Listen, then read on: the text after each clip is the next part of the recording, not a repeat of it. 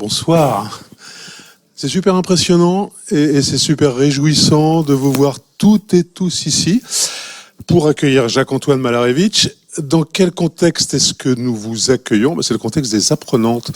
Les apprenantes organisations, c'est Corinne, et depuis début janvier, c'est aussi une société dans laquelle nous sommes tous les deux, voilà, et dans laquelle nous travaillons avec beaucoup de plaisir. On a démarré une session de formation début d'année, on en a une deuxième en cours d'année, et une troisième qui arrive l'année prochaine. On est super heureux de vous accueillir dans ce contexte-là. Et je passe la parole à Corinne. Merci Eric, merci à tous d'être là. Bonsoir, merci à Jacques-Antoine d'avoir fait tout ce long trajet de Paris pour venir nous voir à Nantes. Tu repars, oui. Juste pour vous préciser d'un point de vue très pratico-pratique, après la conférence, il y a un petit cocktail voilà, avec de quoi grignoter et boire un petit verre tous ensemble. Donc j'espère que vous resterez avec nous. Merci et puis je vous souhaite voilà, une très très belle écoute pour cette conférence. À tout à l'heure. Oui. Ça suffit bien. Bravo.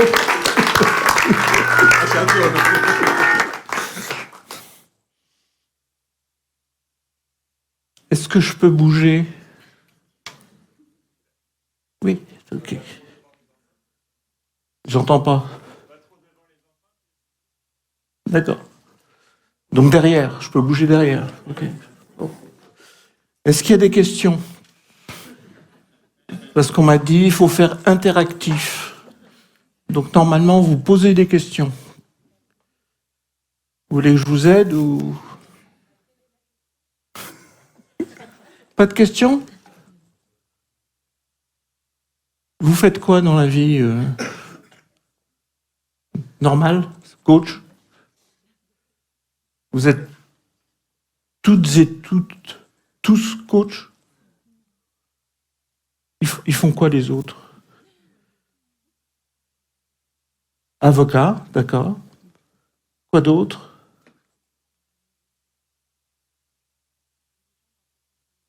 Ah, ça c'est bien. On va en parler ce soir, oui. Quoi d'autre ? Conseil. D'accord. Ok, normal quoi. Normal. Mais pas coach. Ça va venir. Bon. Je vais commencer par vous raconter une histoire. Je reçois un jour un coup de fil. Je vais faire un dessin d'un homme. Les hommes, vous voyez tous là, oui. Les hommes, c'est des carrés, les femmes, c'est des ronds. Il y a d'autres avocats dans la salle ou... Donc, cet homme au téléphone m'explique on n'en sort pas, mon père ne lâche pas l'entreprise. Alors je précise tout de suite, j'y reviendrai évidemment longuement, que cette entame est d'une extrême banalité. Vous êtes d'accord ? Vous avez un père ? Oui, qui est toujours là, 75 ans. D'accord. Moi j'ai eu jusqu'à 88. Alors là, j'espère pas. Mais...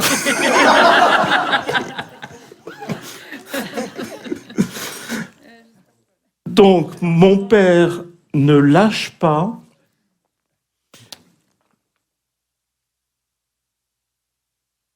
Je suis fils unique, il est là. Ma femme travaille également dans l'entreprise. Il y a 3 ans, il a tout fait pour me la transmettre. Tout est nickel au niveau légal, fiscal, etc., etc. Mais il est toujours là. Votre père a une voiture ? Il a une place de parking ? Parce que là, le père a une place de parking attitrée devant l'entrée du siège social. Depuis 3 ans qu'officiellement il n'est plus là, la place de parking est toujours là. Et donc je reviens à l'histoire. Après je vous lâche, je vous promets. Ce jeune homme m'explique, ce jeune homme il a, disons, je sais pas, quelque chose, il doit avoir 38 ou 39 ans. Il me dit, mon père vient régulièrement sans s'annoncer depuis 3 ans, alors que normalement, il ne fait plus partie de l'entreprise. PME, 60 personnes à peu près. Il visite les ateliers, il prend tout son temps. Évidemment, il connaît tout le monde. Il demande des nouvelles des enfants, des petits-enfants, de Parcoursup, etc., etc. Donc il passe son temps dans l'entreprise et il ne lâche pas. Qu'est-ce que vous pouvez faire? Donc, vous l'aurez compris, j'ai pas mal l'habitude d'intervenir dans des entreprises familiales. Et je lui dis, je souhaite dans un premier temps voir vos parents, les parents sont là. Après, je ne sais pas. Je dis je ne sais pas parce que je ne sais pas. Et même si je le savais, je ne le dirais pas. Alors, je fais de la systémique. Ça, vous savez ça? Allô? Dans tous les bouquins de systémique, il y a un poème de Machado. Vous connaissez l'espagnol? Alors allez-y, le poème de Machado.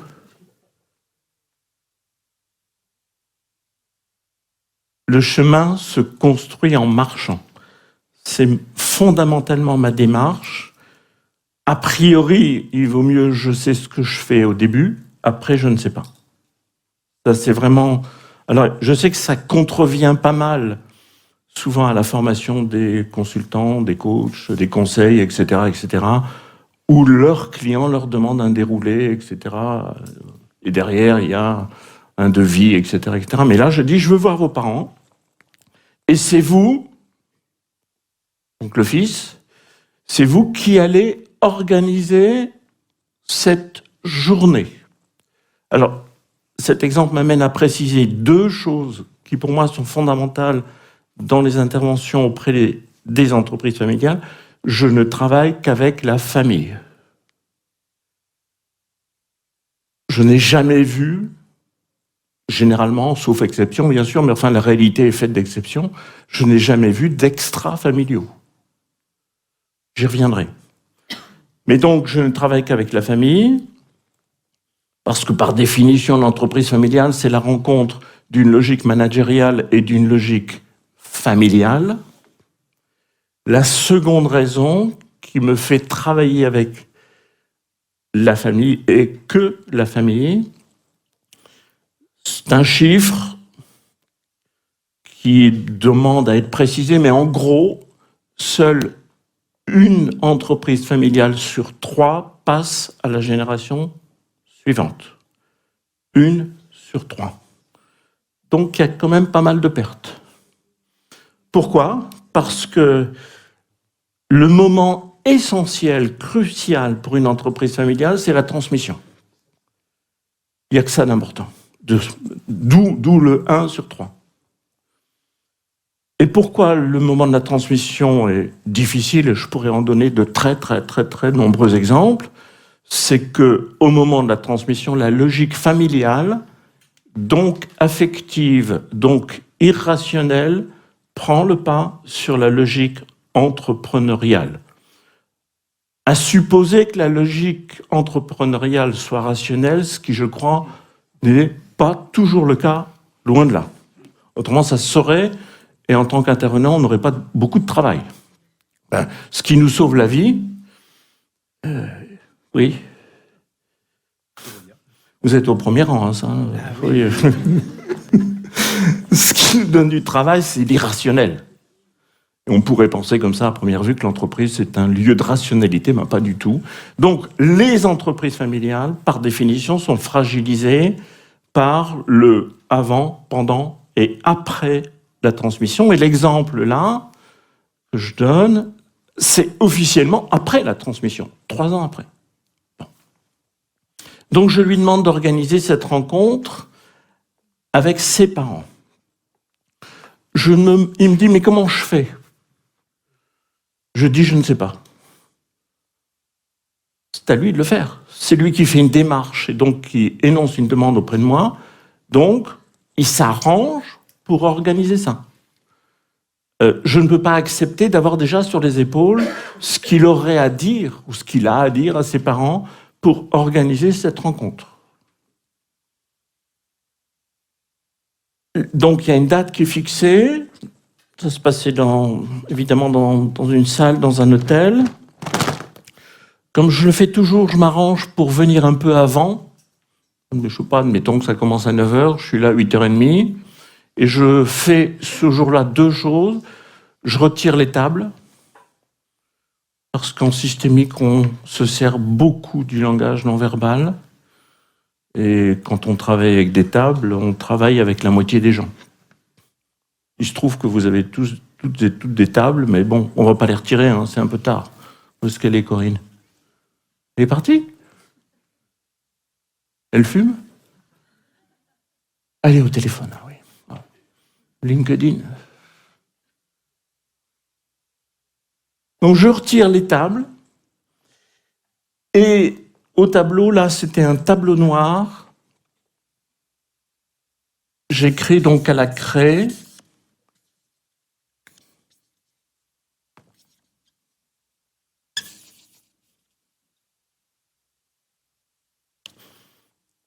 J'écris ces 3 mots. Tout le monde arrive à lire?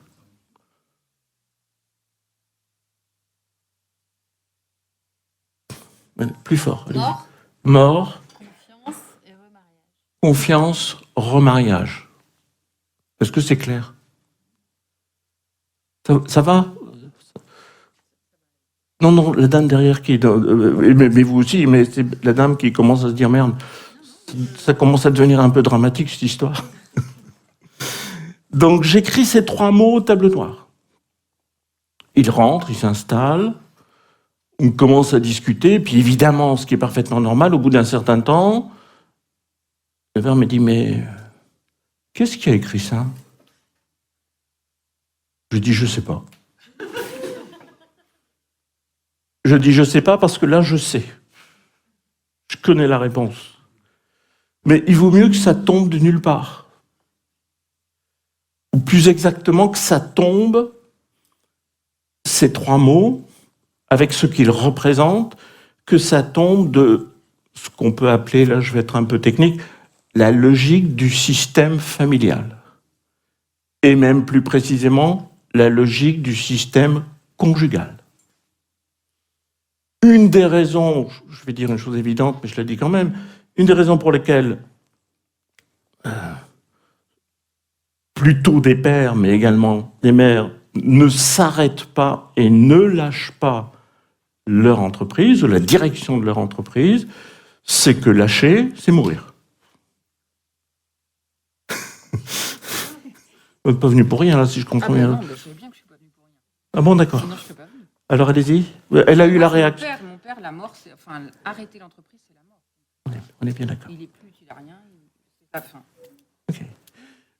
Le corollaire de cela, que j'ai souvent vérifié avec des family office, il m'est arrivé de causer devant des family office, je dis quelquefois l'entreprise est un enfant plus réel et plus important que l'enfant biologique, ou que les enfants biologiques. Elle acquiesce. Vous aussi. Oui? Pourquoi? Pourquoi vous acquiescez?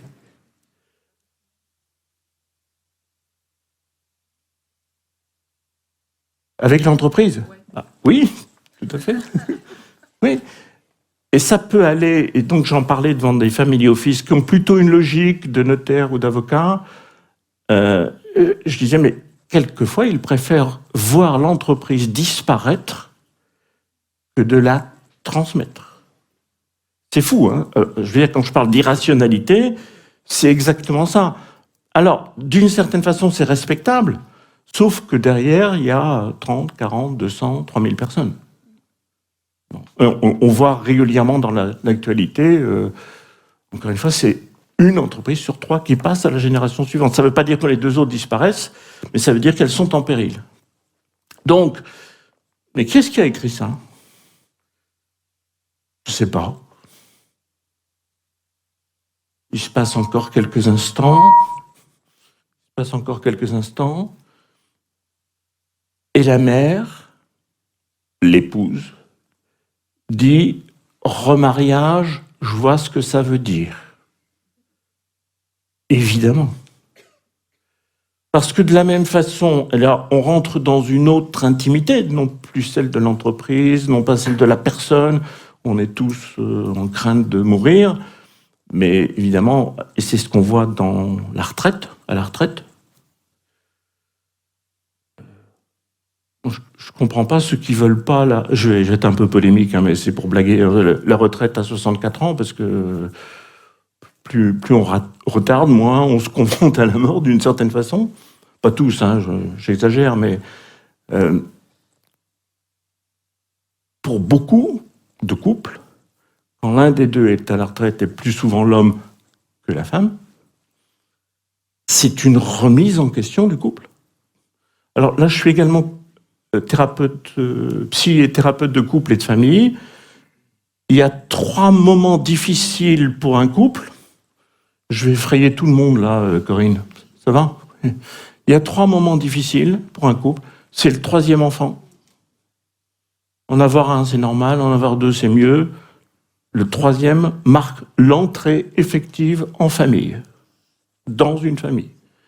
Le nombre de couples qui demandent une thérapie, plutôt madame, autour du 3e, c'est vraiment statistiquement important. Donc, premier moment difficile. 2e moment, c'est lorsque l'un des deux, donc plus souvent l'homme, est à la retraite. Parce que ça pose exactement cette question-là.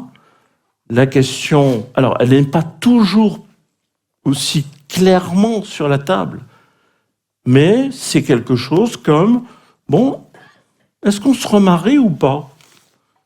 D'autant plus que la 3e raison, c'est que les enfants, généralement, sont partis.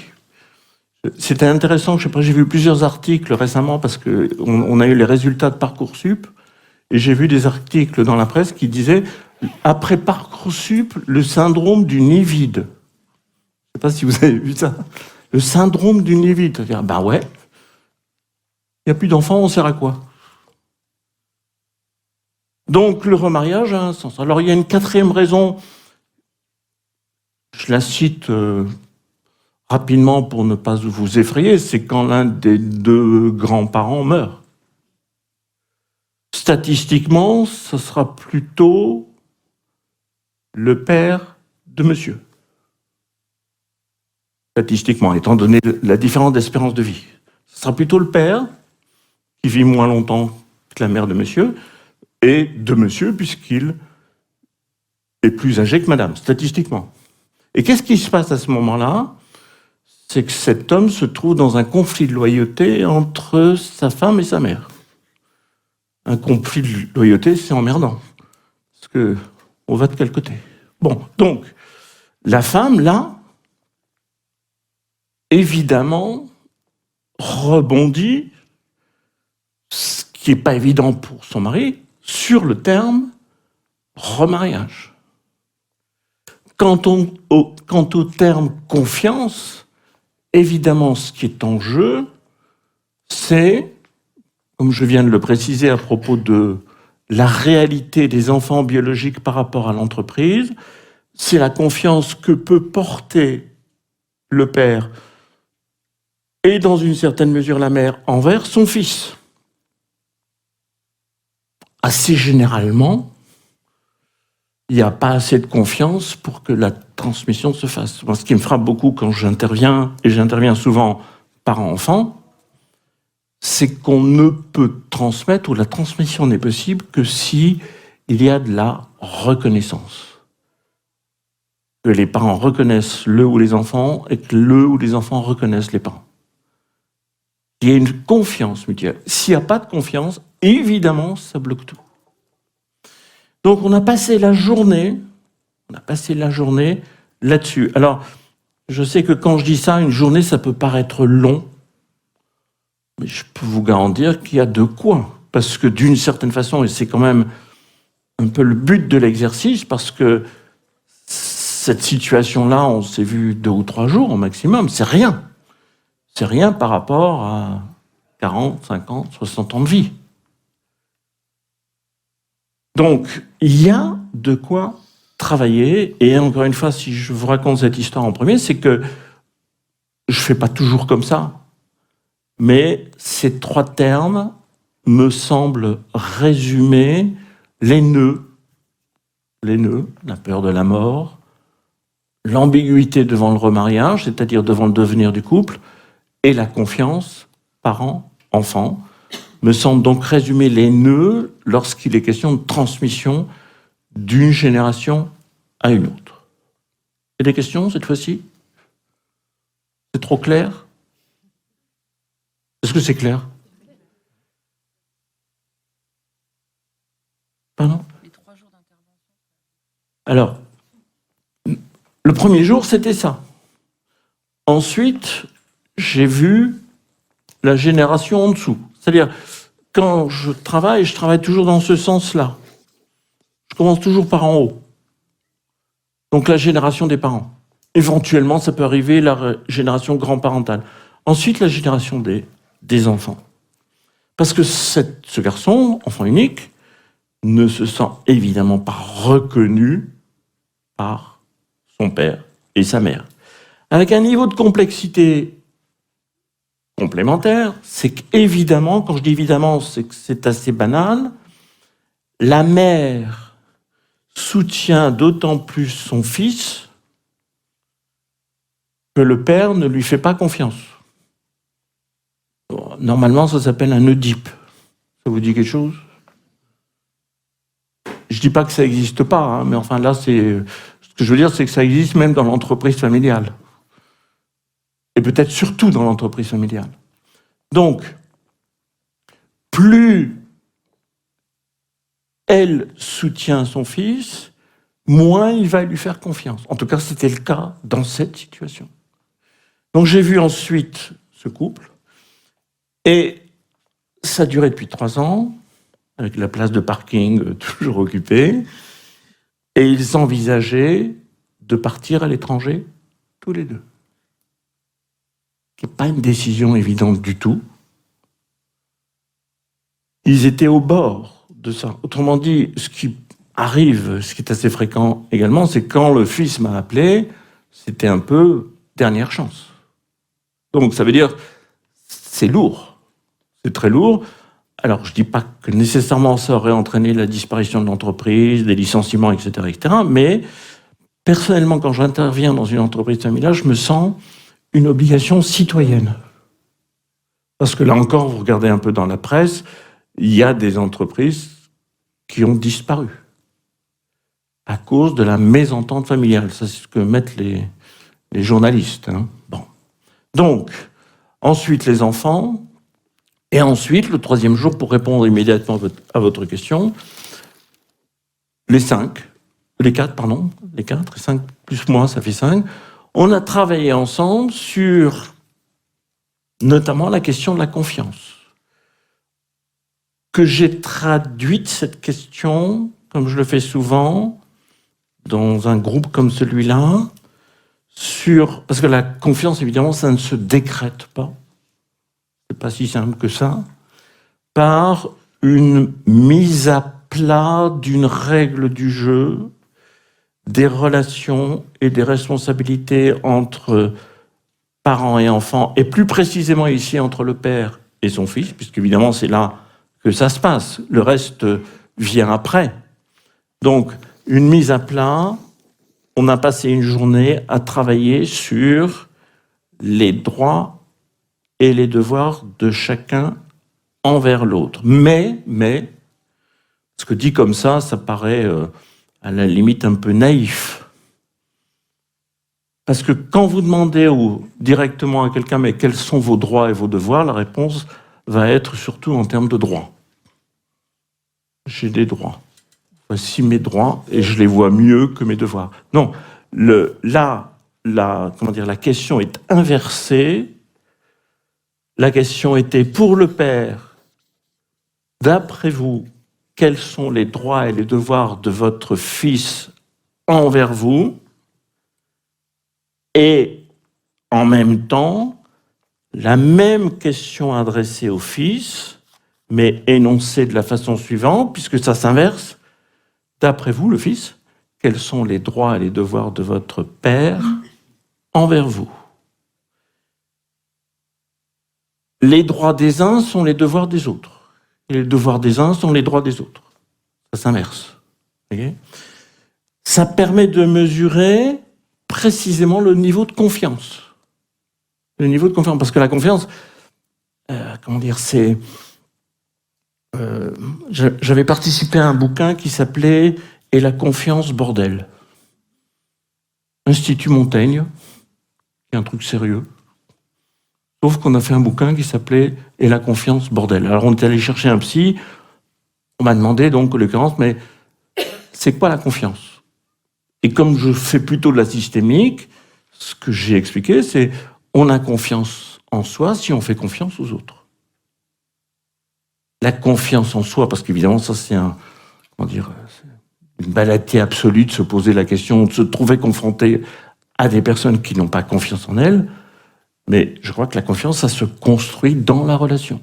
C'est pas un truc, comme on le croit habituellement, qui se construit au cours de l'enfance, si possible de la petite enfance, comme un capital qui est acquis ou pas. Je crois que la confiance en soi est constamment remise en question par la confiance en l'autre. Et la confiance en l'autre est constamment remise en question par la confiance en soi. Je vais pas trop vite, là, ça va? Corinne?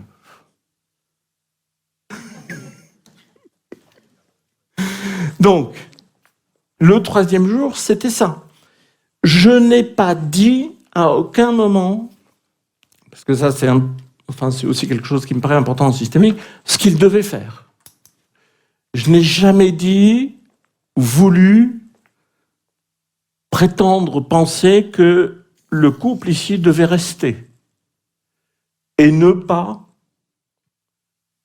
aller plus loin dans son projet de s'installer à l'étranger. Je n'ai jamais dit au père que c'était pas bien d'occuper sa place de parking au bout de 3 ans, etc., etc. Moi, ça me frappe beaucoup, ça, parce que j'ai encore vécu ça ce matin dans un service public. Ça m'a beaucoup frappé. En gros, une bibliothèque. Quand il y a un problème, on fait une formation. A, X, Y, Z. Et plus on fait de formation, plus les problèmes s'accumulent. Pourquoi? Parce que dans une formation, on dit aux gens ce qu'ils doivent faire. Et quand on dit aux gens ce qu'ils doivent faire, on leur donne également la possibilité de ne pas faire. Excusez-moi, je vais un peu vite. Mais l'idée, maintenant, c'est de mettre autre chose en place que des formations. Il n'y a pas trop de formateurs ici, ça va? Oui? Donc, je ne dis jamais aux gens ce qu'ils doivent faire. Je suis là pour leur donner les moyens de prendre une décision. Et même souvent, je demande de ne pas me faire connaître la décision.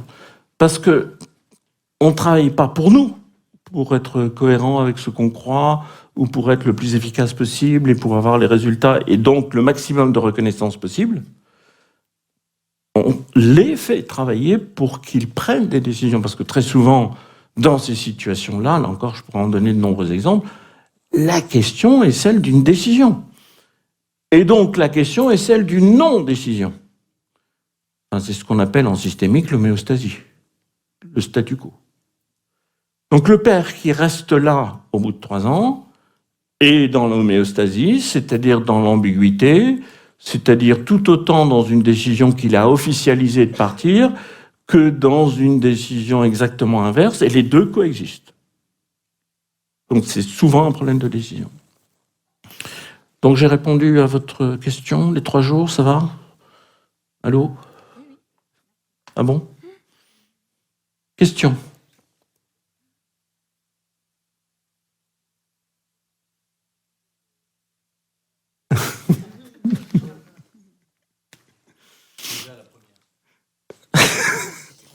Oui, toute une journée sur les 3 mots, là, mort, confiance, remariage. pourriez nous dire un peu avec quoi vous voulez sortir ou avec quoi vous sortez? Alors, sortir, bon, j'ai pas envie de dire sortir, mais pour moi, l'enjeu, c'est de mettre sur la table un certain nombre de choses alors qu'il n'y a pas de table. Plus exactement, on est à la fois, parce que c'est la question du changement. Le changement, comme on peut le penser trop facilement, on a plutôt l'impression que ça se passe là-dedans. C'est un processus cognitif. La première étape étant d'ailleurs qu'on appelle la fameuse prise de conscience. Je crois que la prise de conscience, c'est nécessaire, mais loin d'être suffisante. Il suffit de sortir pour voir qu'il fait un peu chaud et que René Dumont, il en parlait déjà dans les années 70. Bon. Donc, on est conscient d'eux. Ça se passe également à un niveau émotionnel. Mais il ne faut pas que ça se transforme, évidemment, en un psychodrame. Ce n'est pas le but. Mais pour répondre plus précisément à votre question, il y a un moment où cet homme, vous pouvez imaginer, entreprenant, sûr de lui, dans la réussite, etc., ben, il a pleuré. Le but, c'est pas qu'il pleure. Mais si je vous réponds, plus précisément, c'est qu'il a pleuré. C'est-à-dire, je sais pas ce qui s'est passé, je veux pas creuser, je vais pas, en profiter pour faire le voyeur, mais il montre quand même quelque chose qu'il n'a pas l'habitude de montrer. Moi, ça n'a aucune importance. Ce qui est important, c'est qu'il le fait devant sa femme. Qui, autant que je m'en souvienne, ça fait longtemps qu'elle ne l'avait pas vu pleurer. Ou la dernière fois qu'il a pleuré, c'est quand son fils est né. Donc, c'est très émotionnel et vous pouvez comprendre que les 3 termes, mort, remariage, confiance, ça a des connotations émotionnelles, affectives. C'est pour ça que je disais tout à l'heure, le problème des entreprises familiales lors de la transmission, qu'est-ce qui revient sur le devant de la scène ou sur la table, si vous préférez? Donc, c'est de l'affectif, c'est-à-dire ce qui existe peu ou prou dans beaucoup de familles, la préférence pour tel ou tel enfant, généralement divergente entre le père et la mère, ça c'est banal. Ce qui revient également, c'est les 30, 40, 50 ans de vie du couple, avec des hauts et des bas, ce qui est parfaitement normal. Ce qui revient également, c'est la question de l'argent. Il n'y a rien de plus affectif que l'argent. C'est-à-dire, l'argent, c'est un drôle de truc, c'est à la fois objectif, c'est un chiffre, et c'est éminemment subjectif. Donc la transmission, c'est aussi la question de l'argent. Il y a de plus en plus, j'ai vu ça d'un peu près, parce que maintenant il y a des mécanismes qui le permettent, ça nous vient des États-Unis, où des dirigeants, en quelque sorte, déshéritent en grande partie leur enfant pour créer une structure où ils donnent une partie de leur fortune à généralement une structure humanitaire. C'est dans l'air du temps, hein, c'est clair. Alors, je ne dis pas que c'est toujours comme ça, je ne veux pas donner de mauvaises idées, mais l'argent, c'est éminemment affectif. Donc tout cela revient. Alors, ce n'est pas contenu dans les 3 termes, mais je pourrais éventuellement, vous me donner une idée, ça ferait une journée et demie plutôt qu'une journée, rajouter le symbole de l'euro. Vous voyez ce que je veux dire? Mais c'est incroyable ce qui se passe. Je donne rapidement un exemple par rapport à ça. Il n'y a pas longtemps, j'ai vu un entrepreneur réussite extraordinaire. Il y a 3 ans, il revend son entreprise. Il se retrouve avec 250 millions d'euros devant lui. Il se transforme, il n'est plus entrepreneur, il est, comment on appelle ça, fonds d'investissement. Il change. Il devient fonds d'investissement. Il a 2 fils qui, malheureusement pour lui, ont fait une école de commerce. Donc, ont des idées là-dessus. Il y a un paquet de fric. La mère est morte, donc il n'y a même pas la complexité de la mère. Et le père et les 2 fils ne sont absolument pas d'accord sur le mode d'investissement. Le père, qui garde ses habitudes compréhensible de sa génération. Il veut que ça lui rapporte du fric. Donc, sur le relatif court terme, 3 ans, 5 ans, les deux fils disent non. Il faut qu'on investisse dans l'humanitaire, dans du solidaire, et là, on n'est pas sûr de la rentabilité. Et, comment dire, c'était poignant de les voir en désaccord là-dessus. Alors que, comment dire, c'est facile de dire ça, mais ils pourraient ne pas avoir de problème. Donc, vous voyez, et là, je les ai vus 2 jours aussi, je suis désolé de vous frustrer, mais je veux dire, il y a du boulot. Il y a du boulot quand on touche à ce qui se passe entre la logique entrepreneuriale et familiale. Moi, l'image que j'ai toujours, c'est qu'au moment de la transmission, avant, pendant et même après, comme ici, la logique familiale malmène la logique entrepreneuriale. Parce qu'il y a des entreprises qui sont en péril, là aussi. Je ne sais pas si vous vous souvenez, la famille Hermès, dans les 80 actionnaires de la famille Hermès, il y en a un certain nombre qui voulaient vendre leurs actions. Et, comment il s'appelle LVMH, je crois, était aux abois pour tout récupérer. Et ils ont vite mis ce qu'on appelle une charte familiale en place. Bon.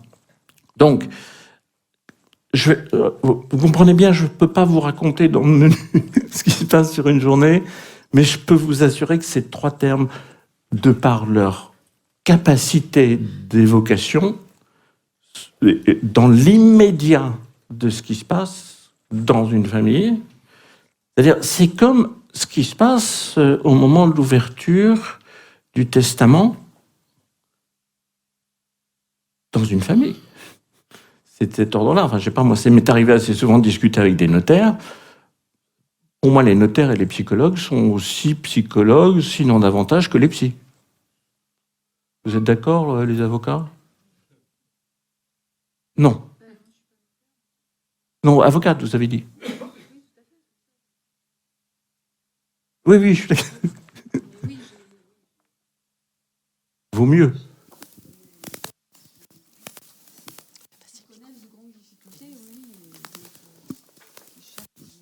Des ressources autres que juridiques pour essayer de démêler des conflits qui s'enlisent pendant des années. D'ailleurs, on a inventé la médiation. Il n'y a pas de solution juridique, souvent, à ces conflits, parce qu'en fait... oui, c'est pour ça que, en fait, je suis en formation de médiation, avec des notaires, notamment. Parce qu'on a besoin d'autres ressources. Nathalie, qui était notaire, pardon, excuse-moi, qui était avocate, et il y a une belle expression, elle dit « j'ai raccroché ma robe ». Je dis que je suis une avocate défroquée. Alors vas-y. Qu'est-ce que tu veux que je dise sur la médiation en termes de Non, sur la psychologie nécessaire et sur obligatoire. la psychologie nécessaire, notamment, même de la part des avocats dans certains domaines extrêmement contentieux, notamment de la famille, où effectivement il vaut mieux avoir des qualités relationnelles, quasiment psychologiques, ça c'est certain. Et quant au notaire en matière de succession, pas forcément entreprise familiale, mais moi j'ai fait des médiations effectivement successorales où il vaut mieux avoir un minimum de qualité relationnelle, de vision systémique. Et ça peut durer longtemps. J'essaie toujours de répondre à monsieur. Alors oui, moi la médiation avait duré longtemps. Effectivement, puisque ça avait duré un peu plus d'1 an. Bon, il y avait des expertises immobilières, juridiques, et il y avait des notaires.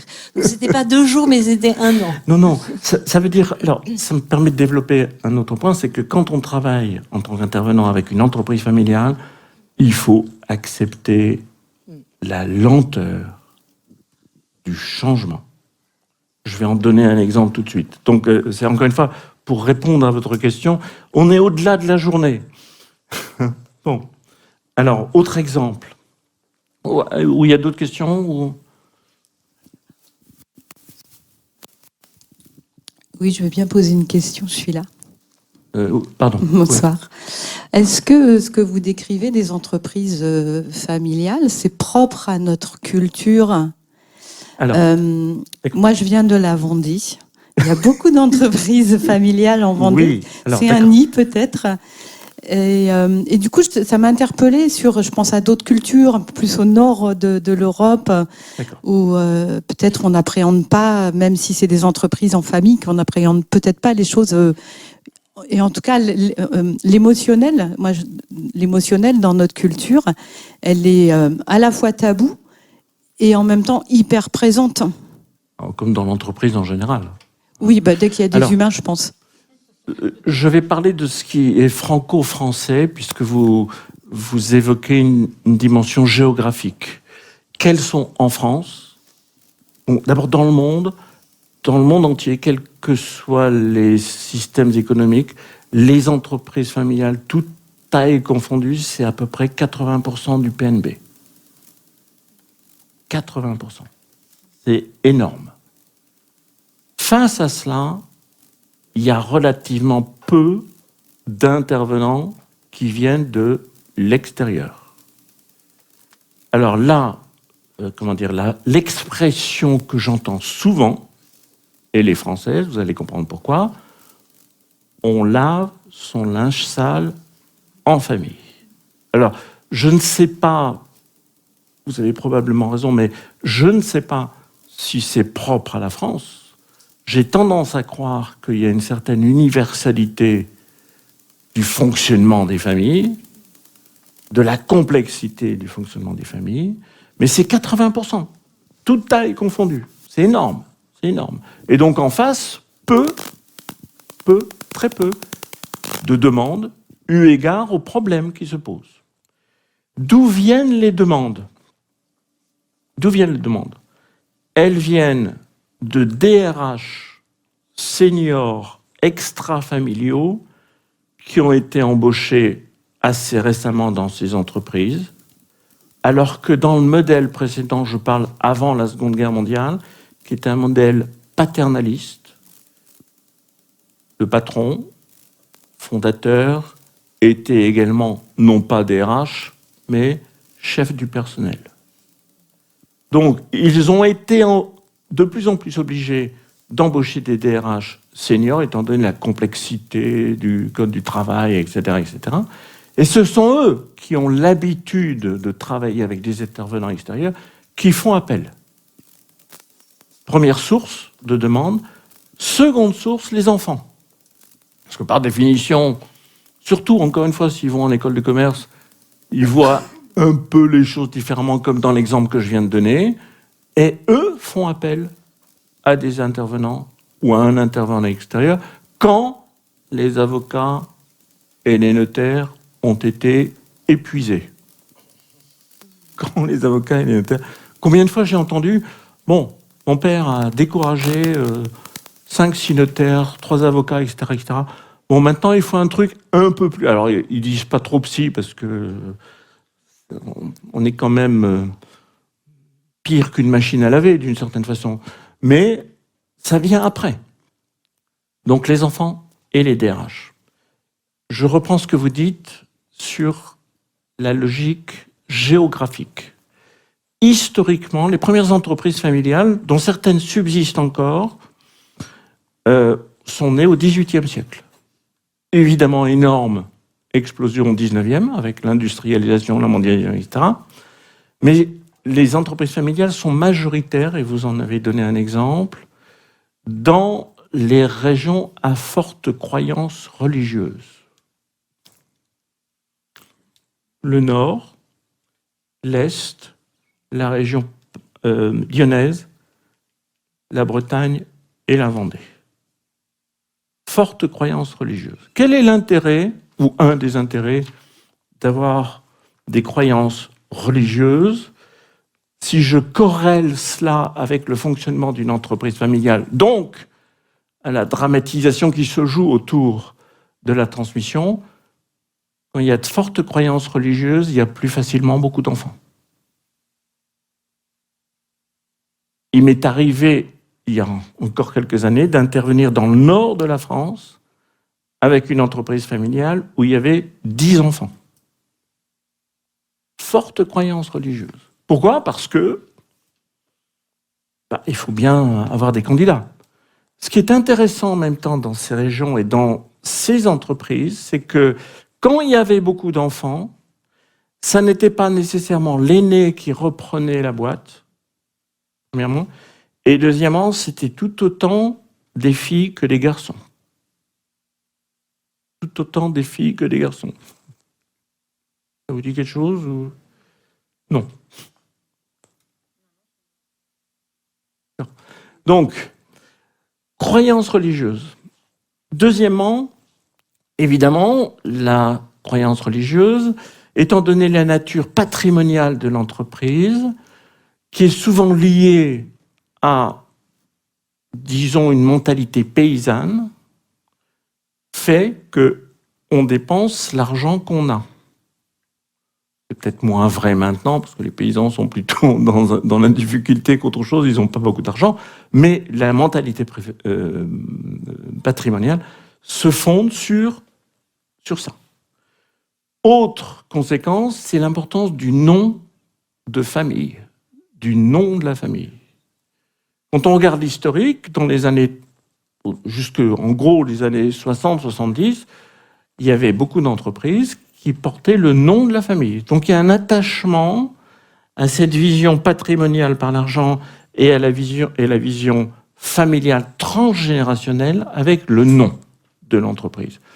Dans le Nord, que je connais un peu mieux, il y a un certain nombre de familles qui sont très connues. D'ailleurs, dans le Nord, il y a la Cato, qui est la seule université catholique en France, y compris en médecine, où ça permettait, la Cato, l'entre-gens, sinon la consanguinité dans les entreprises du nord de la France. Autre caractéristique géographique, c'est la proximité des frontières. C'est évidemment beaucoup moins le cas maintenant parce que les échanges sont beaucoup plus faciles, rapides, etc., etc. Mais ça a permis, notamment au XVIIIe et au XIXe, l'introduction rapide de technologies qui venaient des pays étrangers et des pays limitrophes. Ça a notamment été le cas dans le nord de la France, dans l'est de la France, malgré toutes les guerres où ils ont été rétamés régulièrement, et dans la région lyonnaise. Donc il y a des caractéristiques qui ont à voir avec la mentalité et avec donc l'attachement à la terre. Alors c'est intéressant parce que Auchan, famille Mullier, un truc énorme. C'est un truc absolument énorme. Alors, j'ai peut-être... où est-ce qu'elle est? Peut-être je vais t'envoyer, si tu me permets, j'aurais dû le faire, je vais t'envoyer la charte familiale, ou les grands traits de la charte familiale de la famille Mullier, qui sert de modèle depuis 15 ou 20 ans à beaucoup de familles. Beaucoup de familles. Et la charte familiale de la famille Mullier, dont il est difficile de nier la réussite, est immédiatement corrélée, donc on est dans le Nord, avec la doctrine sociale de l'Église de la fin du XIXe siècle. Je ne sais plus comment il s'appelait le pape, je crois que c'est Léon XIII, tout ça. Donc, je veux dire, il y a des valeurs, enfin ce qu'on appelle généralement des valeurs. Alors, ce qui est intéressant, quand on se balade dans les entreprises, c'est que ces entreprises, donc, sont plus pérennes que les autres. Pas toutes, malgré le 1/3, mais elles durent plus longtemps que les autres. Et toutes les études démontrent qu'elles sont mieux cotées parmi les employés. C'est-à-dire, beaucoup de gens pensent qu'il vaut mieux travailler dans une entreprise familiale, je parle en général, que dans, par exemple, une entreprise américaine dirigée par des fonds de pension. Donc, elles sont pérennes et elles sont intéressantes, c'est-à-dire elles ont, comment dire, une espèce elles sont connues pour, je ne veux pas dire il y fait bon vivre, mais elles sont réputées comme étant plus respectueuses. Donc tout cela va ensemble. Ça va, vous parliez de Vendée, donc il y en a beaucoup en Vendée, vous disiez? Mais dans quoi? Dans l'agroalimentaire, dans... Plein de domaines. Oui, allez-y. Dans plein de domaines, le nautique, l'agroalimentaire, je sais pas, il y a la confection, oui, c'est très diversifié, ouais. Ouais. Et la Vendée est encore catholique? Très. Nous avons le puits du Fou, n'est-ce pas? Oui, l'agroalimentaire, je disais, ouais. Ouais. Oui, c'est pour ça, quand vous avez présenté ça, ça me faisait tout à fait penser aux valeurs judéo-chrétiennes.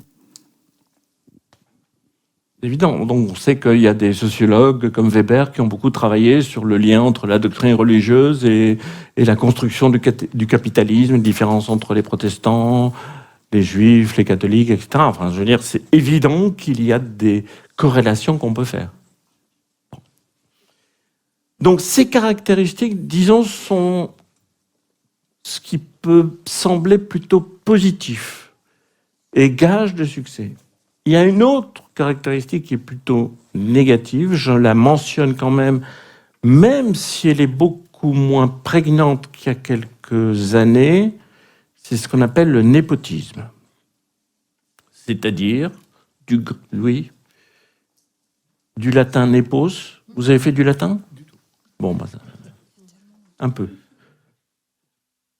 Népos, qui veut dire neveu. Ça renvoie à une pratique au XIe, XIIe siècle où les papes nommaient leurs neveux cardinaux. Il en reste le terme népotisme. J'ai assez souvent vu ça, c'est-à-dire quelqu'un dans la famille, uniquement parce qu'il fait partie de la famille, a des responsabilités qui ne correspondent pas à ses compétences. C'était fréquent. Ça l'est, je m'empresse de le préciser, beaucoup moins fréquent maintenant. Mais ça reste, il y a quelques exemples qui sont un peu célèbres, mais ça reste quand même une tendance qui peut exister. C'est-à-dire, il y a un entre-soi quasiment clanique, là, de la famille, issu de la famille, qui fonctionne dans l'entreprise. Et là, on n'est pas nécessairement au moment de la transmission ou à l'échéance de la transmission, mais dans le quotidien de l'entreprise. J'ai eu quelques exemples où, une fois, quelqu'un, ou même plusieurs personnes, avaient des responsabilités appartenant à la famille qui ne correspondaient pas à leurs compétences. Quand ça existe, ça pose d'énormes problèmes, parce que, évidemment, tout le monde le sait. Dans la famille, ça ne peut plus être ignoré maintenant.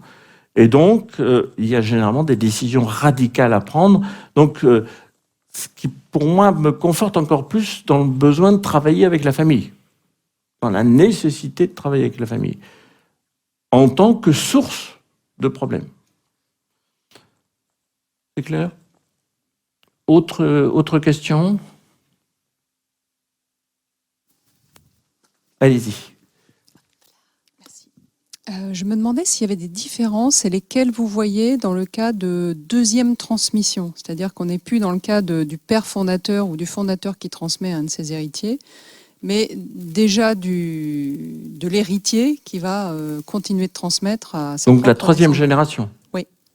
Alors, évidemment, le problème, c'est que plus les générations se succèdent, plus il y a de personnes susceptibles de posséder une part de l'entreprise. C'est le cas d'Hermès, dont je parlais tout à l'heure. C'est le cas d'Auchan, ou la famille Mullier, je crois qu'ils sont 1200 maintenant. Ça fait un peu beaucoup. D'accord. La réponse, je l'ai déjà évoquée. Face à cela, c'est la mise en place de ce qu'on appelle généralement, pas toujours, il y a d'autres termes, une charte familiale. Une charte familiale. Qu'est-ce que c'est qu'une charte familiale ? C'est un texte que tous les membres de la famille sont invités. Alors évidemment, il y a toute l'ambiguïté du terme invité à signer, qui ne correspond pas, loin de là, à un pacte d'actionnaires. Je vais donner quelques exemples justement dans la charte de la famille Mullier, et qui vise à prévenir tous les problèmes relationnels qui peuvent se poser dans la famille, évidemment, notamment au moment de la transmission. Donc, cette charte de la famille Mullier est longtemps restée confidentielle. Il ne voulait pas qu'elle soit connue, parce qu'elle était considérée par la famille Mullier comme un véritable secret industriel. Maintenant, elle est connue, il y a eu des bouquins là-dessus, mais alors je vais passer à Corinne, tu pourras répercuter. Elle est remarquable. Elle est remarquable dans l'anticipation des problèmes, avec, je le dis tout de suite, je vais en donner quelques détails, avec le fait, c'est qu'on reste entre soi.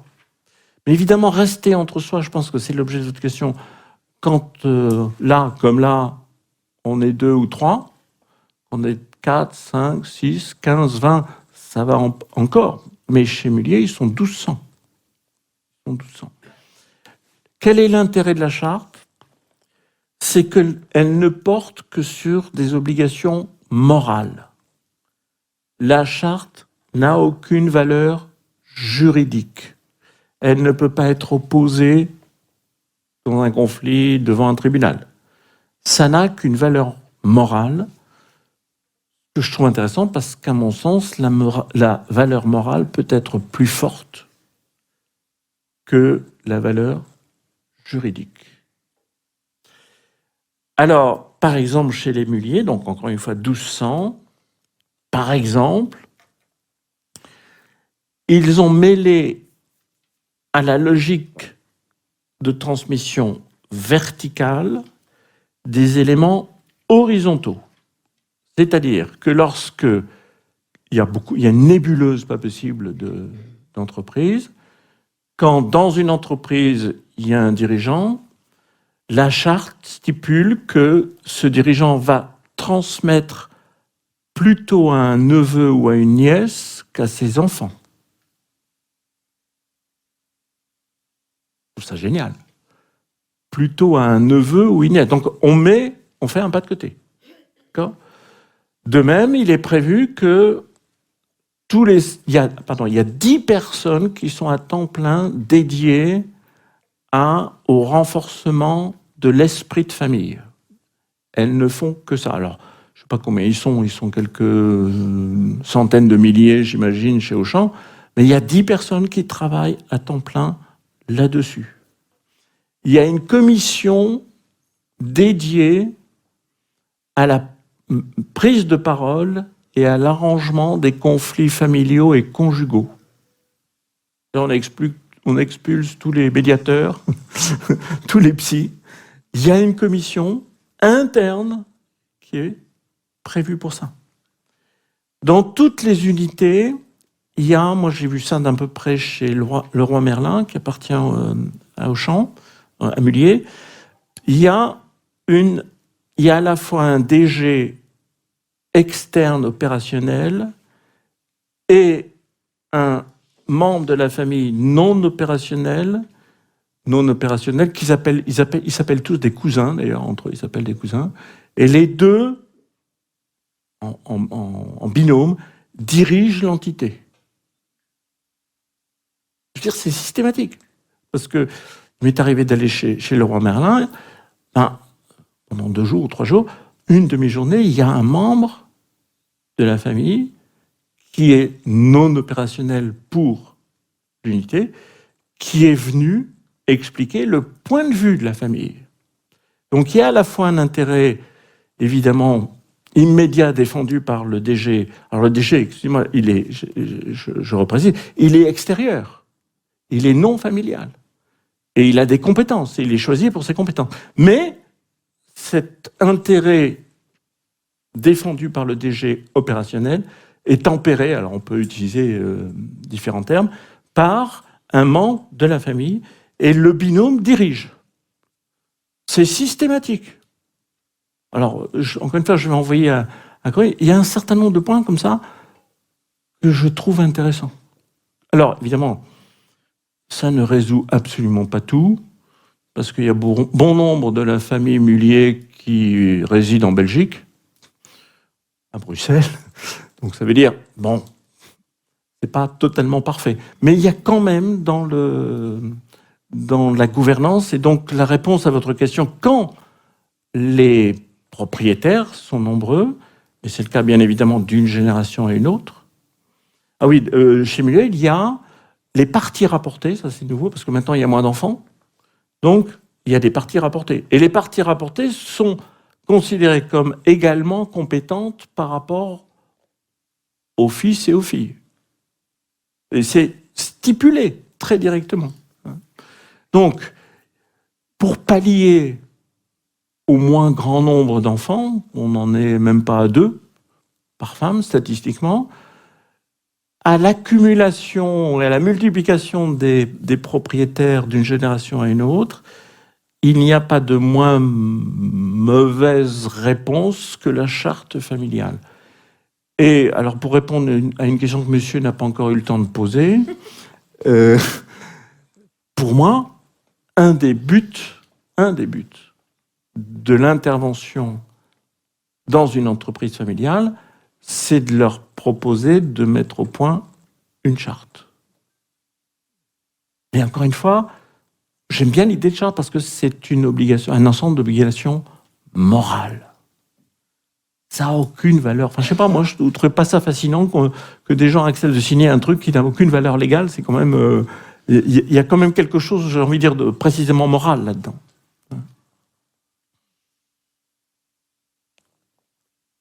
Autre point... oui, des questions ?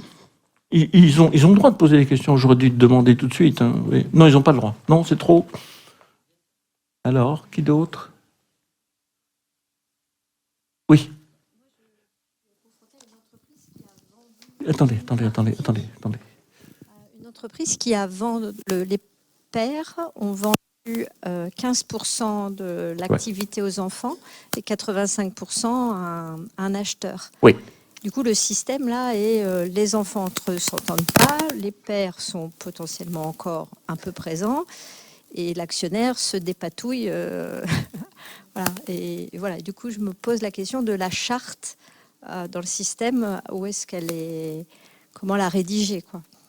A priori, elle ne peut être rédigée qu'entre les membres de la famille. Parce que j'imagine que l'actionnaire, plus ou moins dormant, il intervient dans la... Il intervient sur la stratégie. Il y a un conseil d'administration. À 85%, c'est une petite structure d'une vingtaine de personnes. C'est lui qui fait tourner le... Voilà, il a recruté quelqu'un de l'extérieur. Et du coup, voilà, tout ça... Alors, il me semble, pour répondre à votre question, que vous pourriez voir à la fois les membres de la famille et le représentant de l'actionnaire, entre guillemets, dormant, même s'il ne l'est pas tout à fait.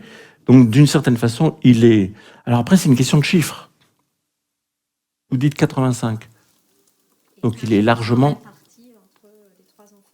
À 85, les 3 enfants, et 15 d'extérieur. Non, l'inverse. 5 chaque enfant, ils sont 3, et 85, voilà. Ok, mais alors, est-ce que ça correspond au droit de vote ?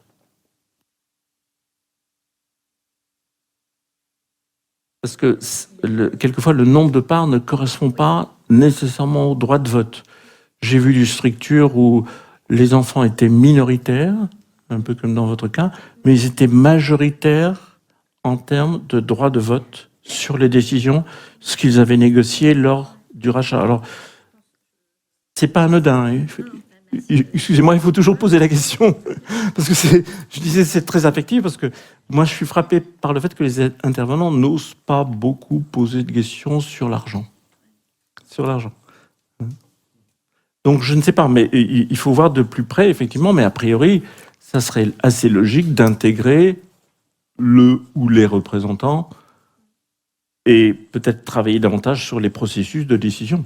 Comment se prennent les décisions? C'est pour ça que je parle de droit de vote eu égard au nombre de parts.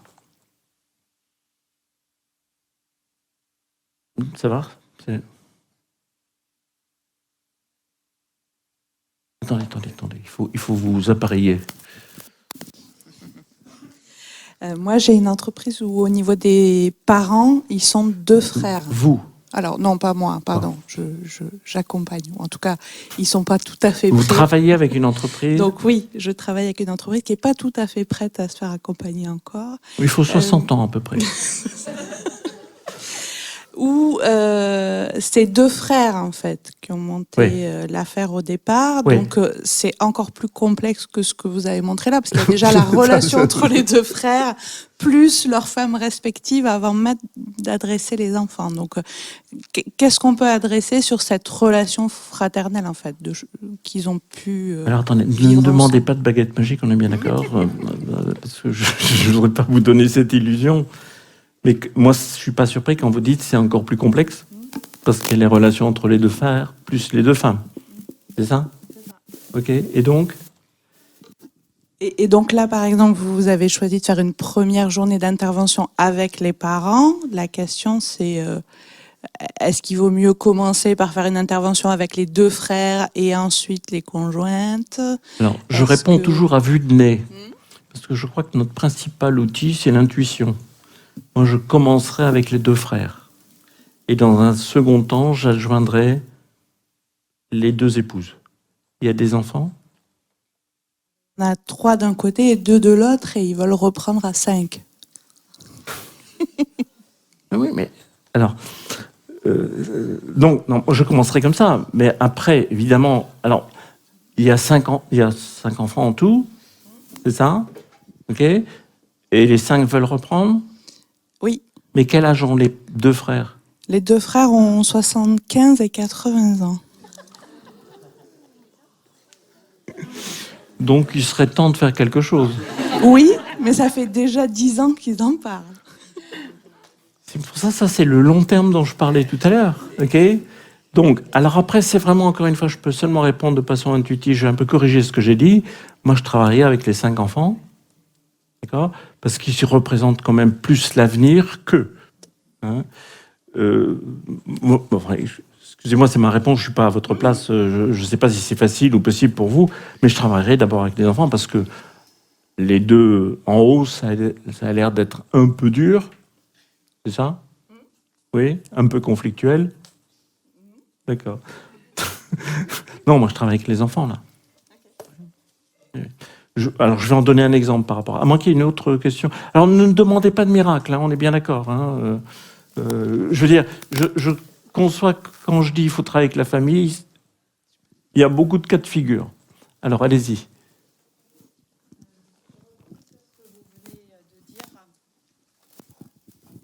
Est-ce que la question de qui est le commanditaire, qui est le client, on pourrait dire, hein, dans un certain jargon, est-ce que la question de qui est le client, dans votre approche, elle se pose? Bah oui. Donc c'est...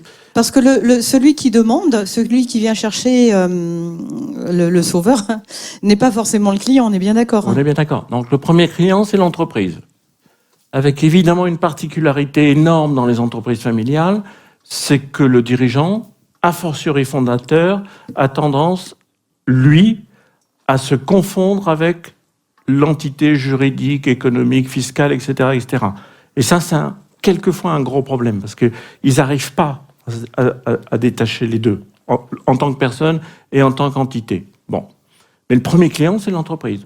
Ne serait-ce que parce que, généralement, c'est l'entreprise qui paye. Donc, elle est le premier client. Après, comme je l'ai dit, dans l'état actuel des choses, les demandes ou les démarches avant la demande, c'est-à-dire quelqu'un qui appelle quelqu'un, c'est plutôt DRH et enfants.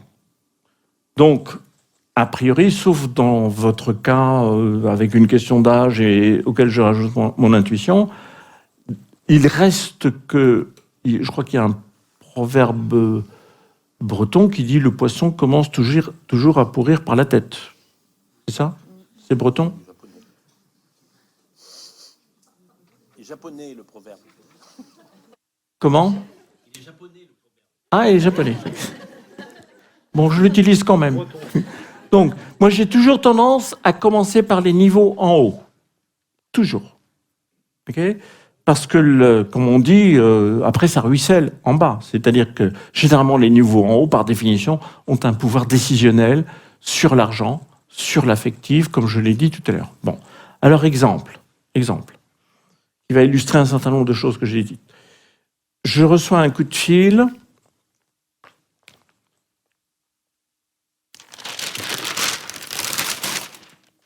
Pareil, d'un jeune homme qui se trouve être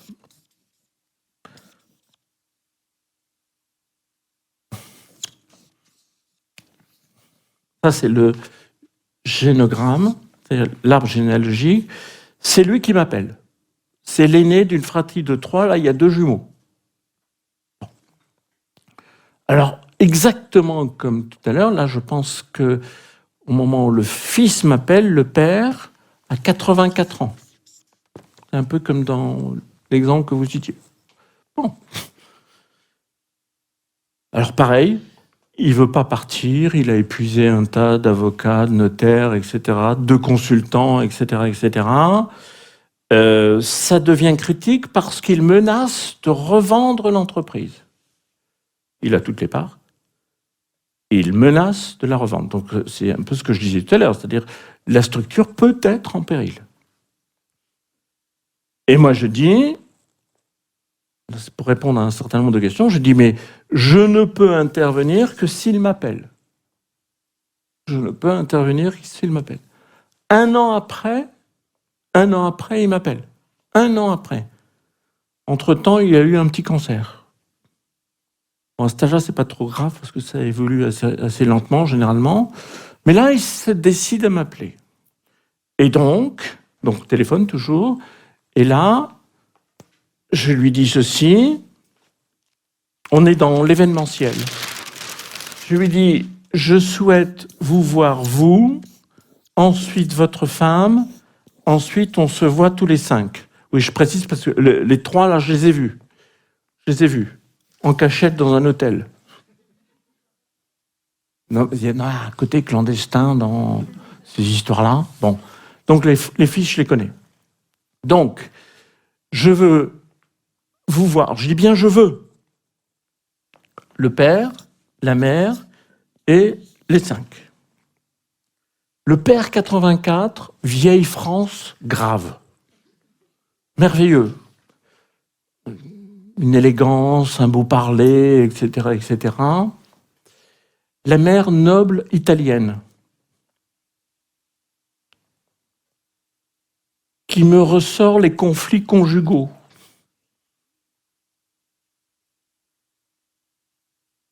Pardon. Elle préfère l'aîné, le père préfère les 2 autres. Les 2 autres, les jumeaux, sont dans l'entreprise, notoirement incompétents. Notoirement, quand je pense à népotisme, je pense à ce cas, notoirement incompétents. Alors il y en a un qui est directeur commercial, je crois, et l'autre directeur opérationnel. Enfin, le truc un peu classique. Bon. Lui, l'aîné, a sa propre société dans le même type d'activité. Événementiel également. Donc lui, il a une compétence. Mais c'est là que l'histoire conjugale, évidemment, a des répercussions sur le choix des enfants, y compris de façon parfaitement irrationnelle. Donc, je vois le père, je vois la mère. C'était absolument charmant parce qu'elle avait un accent, un merveilleux accent de noblesse italienne, etc., etc. Je les vois tous ensemble. Alors là, ça c'est l'après-midi, monsieur. Je vois tous ensemble l'après-midi. Et je tente un coup de poker. Alors c'est pour ça, je raconte parce que ça a marché. Autrement, je ne le raconterai pas, on est bien d'accord. Hein. Donc, je joue au poker. Sur une feuille, sur un papier libre. Prenez pas beaucoup de notes, hein, quand même. J'écris « Nous nous engageons à respecter l'assessment qui va être mis en place pour les 3 garçons. » Nous nous engageons. Donc ça veut dire qu'il faut un peu d'autorité, de temps en temps. Après, c'est une question de style, hein, on est bien d'accord. Hein. Nous nous engageons à respecter le résultat de l'assessment des 3 garçons. J'ai envie de dire, contre toute attente, les 3 garçons, la mère se précipite, parce qu'elle connaît le résultat. Ici.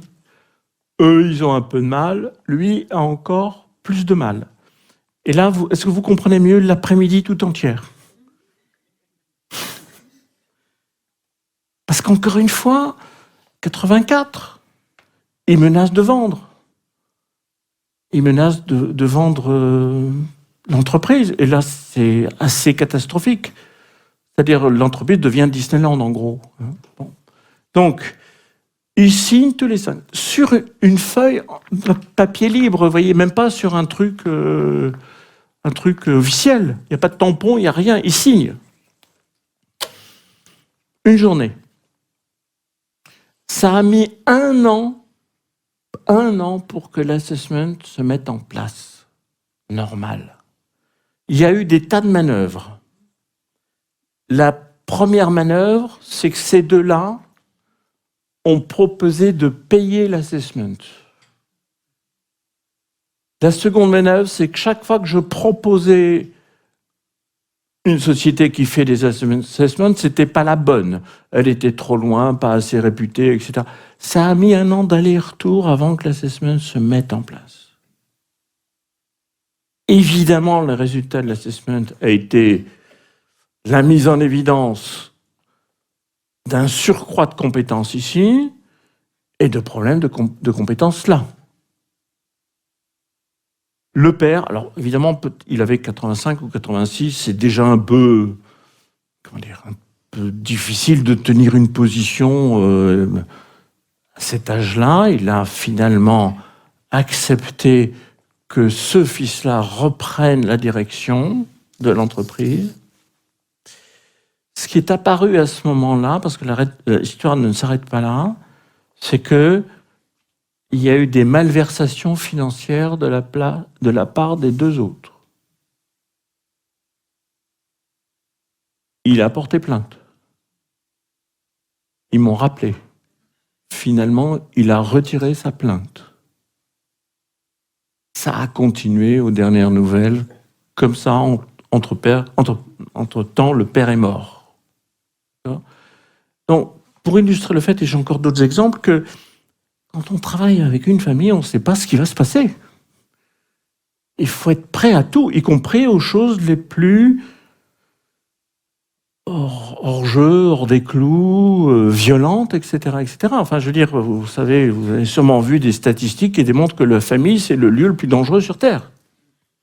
Il n'y a pas plus dangereux qu'une famille, que les liens familiaux. Il n'y a pas plus irrationnel et plus générateur de violence que la famille. Donc, quand on travaille avec une famille, parce que évidemment, ces familles-là sont normales, c'est-à-dire aussi dysfonctionnelles que les autres. Allez-y, vous dites un peu plus. Non, mais il n'y a pas de machine pour mesurer, mais je veux dire, quand on y va, il faut s'attendre à tout. Qu'est-ce qu'il y a ? C'est fini ? Non, attends, j'ai encore une ou deux histoires, non ? Alors, je reviens sur les 10 dans le Nord. Pour moi, c'est vraiment très emblématique cet exemple. On est dans le Nord, le grand-père qui était paysan récoltait le purin de tous les autres paysans dans le village. Et maintenant, cette entreprise conçoit et fabrique des camions poubelles. Enfin, c'est le grand-père, ça parle sur 2 générations, une réussite absolument remarquable. Bon. Là, le père, la mère, «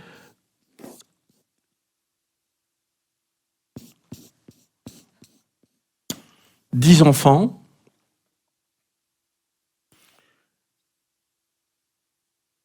celui-là, l'avant-avant-dernier, m'appelle et me dit « ça va pas du tout dans la fratrie ». Pourquoi ça va pas du tout ? Parce que on est encore une fois dans un problème de transmission. La mère est à l'hôpital, le père relativement absent dans son Alzheimer. La question de la transmission se pose, qui n'a pas été résolue préventivement par les parents et le père. Et les plus jeunes de la fratrie disent on veut 10% chacun. Et les plus âgés disent non, il faut que ça soit au prorata de notre présence dans l'entreprise. Donc ils ne sont pas d'accord là-dessus. Je lui dis, écoutez, moi, un peu comme tout à l'heure, je dis, je ne peux rien faire. Ce que je souhaiterais, c'est que le dirigeant effectif de l'entreprise, c'est-à-dire l'aîné, je trouve que là, c'est l'aîné, m'appelle. Là, je peux faire quelque chose. Donc, c'est un peu en réponse à la question de tout à l'heure. Le client naturel, c'est non seulement l'entreprise en tant qu'entité, c'est le dirigeant. On peut contractualiser quelque chose. Donc, lui, il est responsable R&D, recherche et développement. Un poste très important en l'espèce. Il m'appelle, l'aîné m'appelle, on se voit, et il me dit, non, le problème c'est lui. Parce qu'il aime les grosses berlines allemandes. C'est sûr que c'est vrai, hein. Donc, ils sont dans quelque chose qui est de l'ordre de l'abus de bien social. Sur le compte de l'entreprise, il achète des grosses berlines allemandes. Bon. Alors, comment je vais envie de dire comme d'habitude ou pas, je souhaite voir tous les enfants et je demande que le père soit là à 16h avec le peu de lucidité qu'il garde. Il a encore.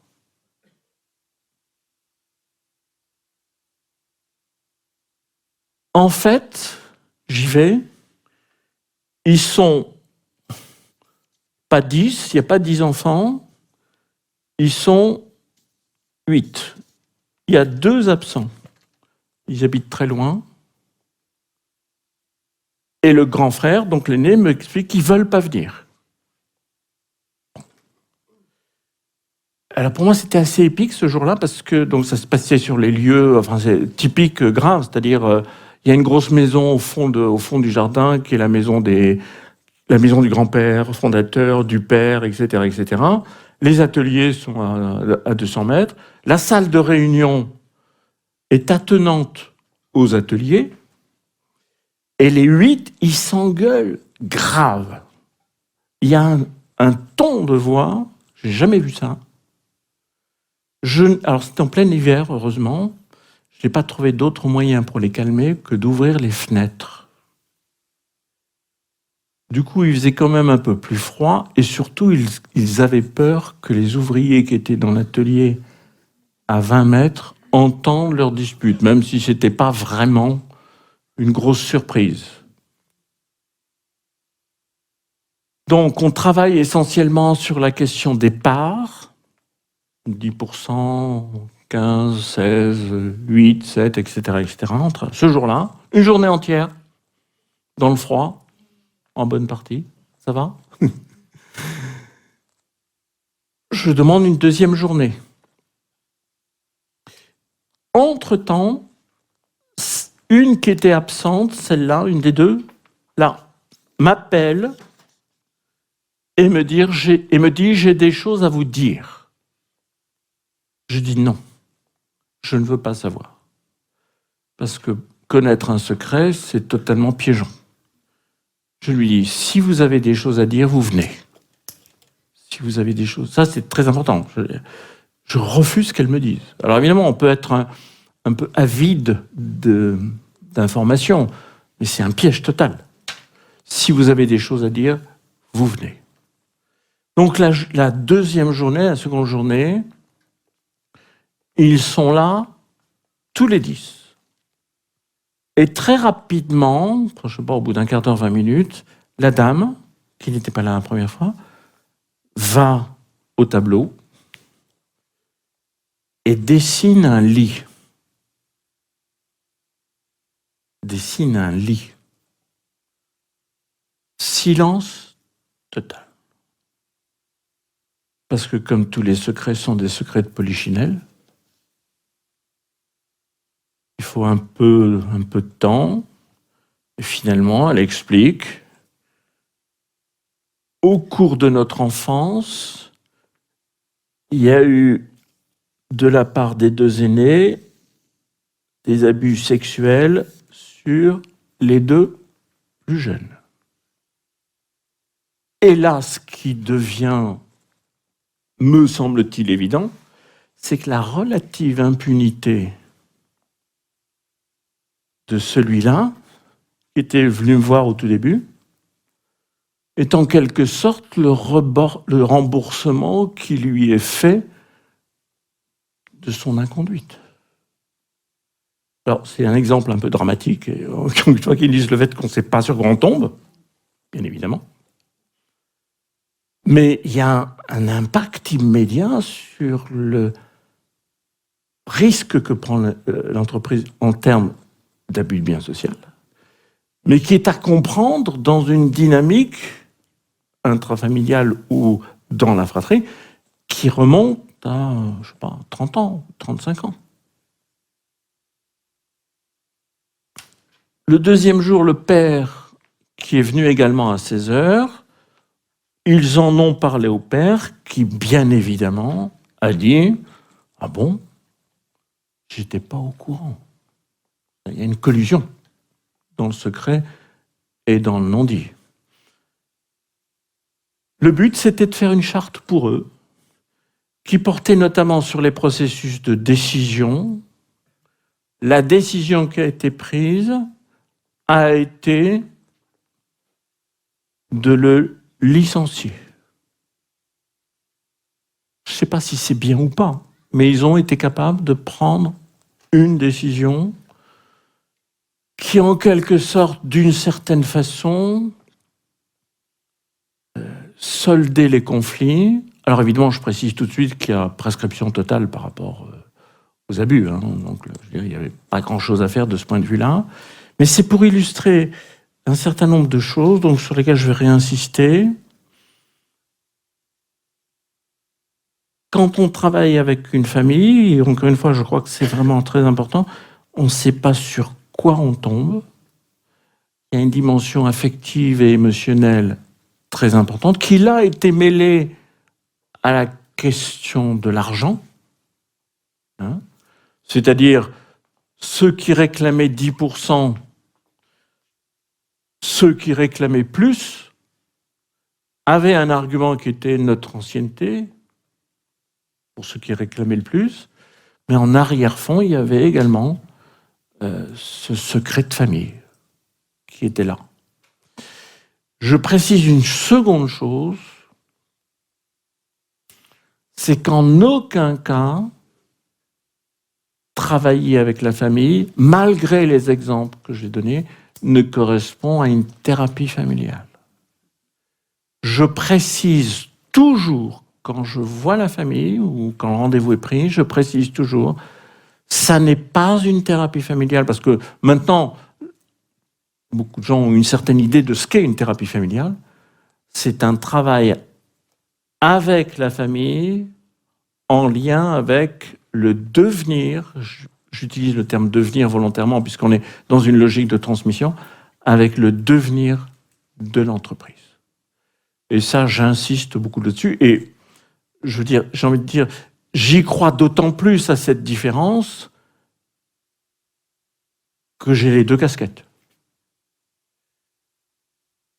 Vous avez le droit de me dire, moi je peux le faire parce que j'ai les deux casquettes, mais puis le temps que je raconte ce que je vais raconter ce soir, je connais de plus en plus d'intervenants non thérapeutes familiaux qui travaillent avec des familles selon des modalités, alors qu'on peut regrouper sous le terme d'approche systémique, mais qui travaillent essentiellement avec des familles autour de la question de la transmission. Allô ? Question ? Oui. Alors, attendez.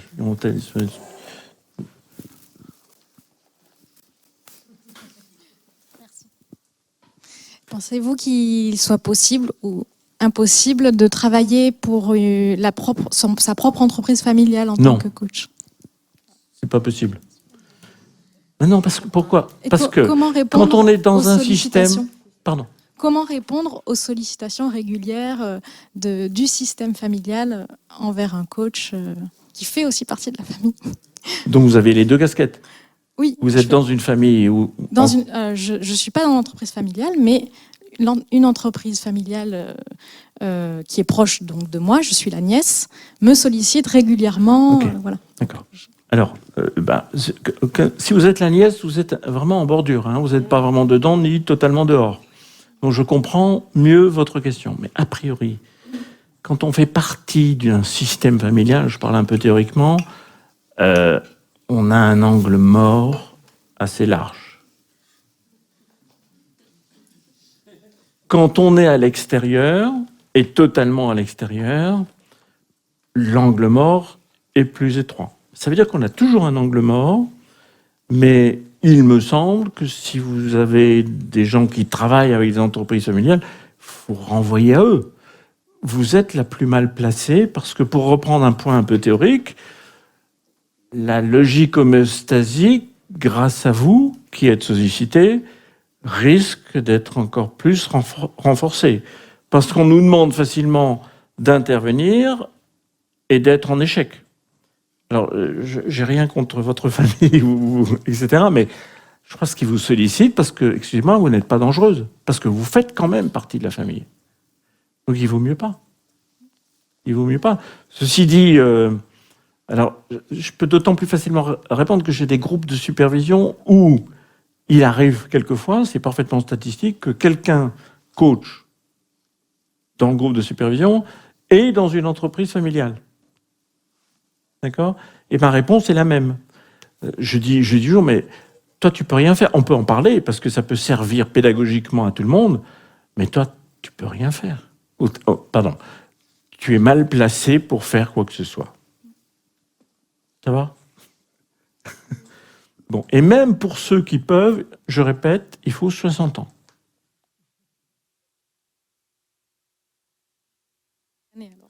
Ah ouais. Ah ouais. Oui, mais je donne des noms, mais du coup, ils ne les sollicitent pas puisque certainement ils veulent que ça... Non, allez-y. Je donne d'autres noms, mais forcément, ils ne les sollicitent pas puisqu'ils préfèrent sûrement... Parce que l'homéostasie est toujours plus forte que le changement, surtout, je le répète, autour de la transmission. Je répète, on ne veut pas mourir, éventuellement on ne veut pas se remarier, et on a un chemin très difficile pour faire confiance à un enfant ou à des enfants. C'est malheureusement d'une maladie totale, mais heureusement, ça nous fait travailler. Mais pas vous. Trouvez d'autres clients. Oui.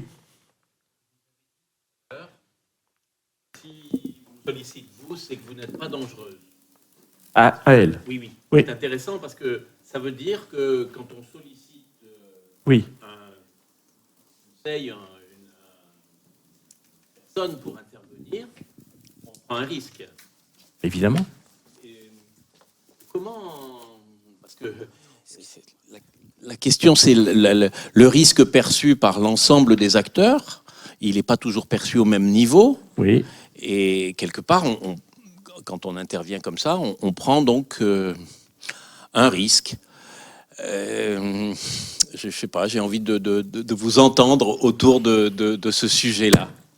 Mais... Alors, au fond, la question du consultant ou du coach que je suis, ce serait comment on rassure ? En disant de ne pas changer. Non, ça vous suffit pas. Si, c'est pas mal. C'est pas mal. Continuez comme ça. Enfin, alors attendez, je vais un peu mettre des choses autour. C'est pas pour rien que les démarches viennent des DRH et des enfants. Parce que les DRH et les enfants, pour des raisons différentes, sont plus à même d'accepter de changer ou de faire changer les choses. Je précise, il y a un grand risque pour quelqu'un de non familial à être à un poste de responsabilité dans une entreprise familiale. Il y a un grand risque parce que plus ou moins rapidement, cette personne se croit qu'elle fait partie de la famille. J'ai aussi de nombreux exemples. Croit qu'elle fait partie de la famille, qu'elle est dans le cercle étroit, mais il y a quelque chose qui est terrible, qu'on peut tous vivre, qui explique par exemple le népotisme, c'est que de tous les liens humains, le lien de sang est le plus puissant. Donc, ce DRH qui prend en main le destin de l'entreprise, en partie parce qu'il croit qu'il fait partie de la famille même, et surtout s'il est invité le dimanche midi à bouffer le gigot. Il est soucieux, mais j'en ai vu plein qui se font éjecter grave, brutalement, et qui commettent l'erreur de se croire membres de la famille. Bon. Quand les enfants appellent, encore une fois avec souvent un père ou un grand-père ou une mère ou un couple dirigeant âgé, c'est que ces enfants ont fait des études. Ils ont une autre vision, comme je l'ai dit tout à l'heure, de ce qu'est le management, de ce qu'est l'argent, l'investissement. Ils ont d'autres valeurs. L'écologie, par exemple, l'humanitaire, etc., etc. Donc, ils ne tiennent pas. Ils en ont marre. Donc, ils ont un intérêt où ils sont plus à même de prendre le risque d'un changement. Parce que ce changement correspondrait très souvent, évidemment, à leur valeur, qui n'est plus celle des parents. C'est comme ça. Et je crois que de ce point de vue-là, l'écart se fait de plus en plus vite et de plus en plus fort entre parents et enfants, je crois. Pardon, allez-y. L'autre, je répète rapidement ce que je dis, là où on est le moins dangereux, c'est lorsque dans un premier temps, on demande surtout ne changez rien. Parce qu'il y a une notion qui est importante en systémique, c'est un peu technique, c'est ce qu'on appelle l'alliance avec l'homéostasie. L'alliance avec l'homéostasie est plus importante que l'alliance avec les personnes, qui généralement s'appelle l'empathie. L'empathie. L'alliance avec l'homéostasie, c'est-à-dire avec les capacités de non-changement du système et donc des gens, est bien plus puissante, dans un premier temps, que l'empathie avec les personnes. Et je dirais même, l'empathie avec les personnes est extrêmement dangereuse parce qu'on risque, dès lors, de les protéger, y compris de les protéger de tout changement. Donc, alors évidemment, là, c'est une question technique qui demanderait à être, précisée, mais demander ou proposer de ne pas changer, comme vous le dites, de continuer comme avant, ou d'y aller, oh là là, allez-y doucement, il ne faut pas brusquer. Il n'y a rien de plus efficace. Pourquoi ? Parce qu'on mobilise quelque chose qui s'appelle l'orgueil, et qu'on a tous. Je vous rappelle que dans la doctrine de l'Église, l'orgueil, c'est le père ou la mère de tous les péchés. Okay ? Dans toutes les classifications. Bon. Et l'orgueil nous commande d'avoir l'initiative de ce que nous faisons. L'orgueil nous commande d'avoir l'initiative de ce que nous faisons. Et quand quelqu'un nous dit « faites telle ou telle chose », nous sommes tentés de faire l'inverse. Vous suivez là ou pas ? De faire l'inverse. Et l'inverse de ne pas changer, c'est précisément de changer. Et là encore, je pourrais vous donner des tas d'exemples. Alors, évidemment, après j'arrête, Corinne. On est dans la manipulation. Mais on ne peut pas éviter la manipulation. Pourquoi ? Parce que, comme pour vous, quand, les oncles et tantes vous demandent d'intervenir, ils vous manipulent. C'est-à-dire, alors je ne dis pas que c'est intentionnel, mais ça revient au même. Ils vous disent, écoute, ça serait bien que tu fasses quelque chose parce que tu vas nous protéger de la violence du changement. Donc, quand on nous demande... Essayez, hein, c'est facile. C'est facile, surtout quand on a des enfants, parce que ça marche bien avec les enfants. Ils sont généralement comme ça. Quand on leur demande de ne pas changer, ils ont... Vous êtes d'accord ou pas?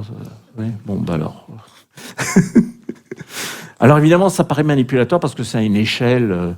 C'est autre chose que d'obtenir d'un enfant qu'il aille se coucher à 9h30 du soir. Allez-y, allez-y. Merci. J'ai les deux casquettes. Je suis membre d'une entreprise familiale, actionnaire. Ah, mais il y en a plein alors. Et puis, je suis arrivée en retard, donc je n'ai pas répondu à votre question. Et puis, j'interviens depuis plus de 12 ans auprès d'entreprises familiales. Oui. Je suis médiatrice. Oui. Et souvent, quand j'interroge le système... Comment vous faites? Je mène des entretiens avec les membres du système.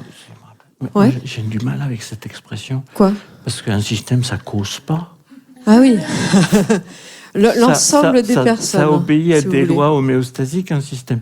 Ouais. Excusez-moi. Oui, il n'y a pas de souci. Je peux pas faire C'est autrement. vous le professionnel, il n'y a pas de souci.